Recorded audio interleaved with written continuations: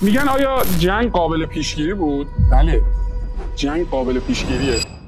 یک کتابی هست به نام تاریخ فشرده جنگ، نشر مرکز منتشر کرده، ترجمه است. کتاب بسیار درخشانیه. تو مقدمش میگه ما الان در طولانی ترین دوران صلح جهانی هست. یعنی ما جنگ بزرگ بعد جنگ جهانی دوم نداشتیم تو این 70 80 سال. مثلا ما خب جنگ وستفالی 1/3 قاره اروپا کشته شد، یا جنگ اول حدود 20 میلیون، جنگ دوم جهانی 100 میلیون. یه دوره طولانی هستش ما جنگ اینجوری نشیم. علتش چیه؟ خیلی دیپلمات شدیم، خیلی ابزارهای دیپلماسی پیشرفت کردن، کت شلوار کراوات میپوشیم، کت دامن میپوشیم، میریم گفتگو میکنیم، اینجوری شده. خیلی همون کتاب مینویسه علت دور شدن جهان از جنگ خطرناک شدن جنگ افزارهای نظامی.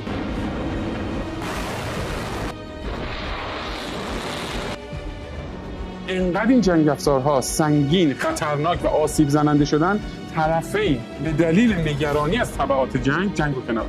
یعنی عامل دوری از جنگ، عامل عدم تحقق جنگ، آمادگی برای جنگ. بزرگواران بحران موشکی کوبا رو بررسی بکنیم. علت اینکه جنگ نشد چی بود؟ علتش این بود که موشک‌های ناتو توی ترکیه آماده بودن شوروی رو بزنن و موشک‌های شوروی توی کوبا آماده بودن فلوریدای آمریکا رو بزنن. این تصویر موشک‌هایی که داره میخوره تو خیابون‌های فلوریدا و تصویر موشک‌هایی که داره میخوره تو خیابون‌های مسکو باعث شد که دی اسکلیشن اتفاق بیفته.